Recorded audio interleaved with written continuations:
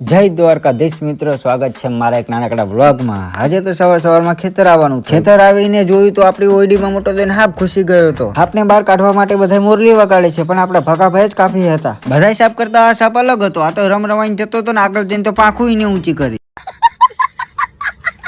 સાંજે 5 વાગ્યે મામાના ઘરે આવી ગયો હતો, પણ વિડીયો ઉતારવાનું ભૂલી ગયો હતો। कैसे कैसे लोग रहते हैं यार।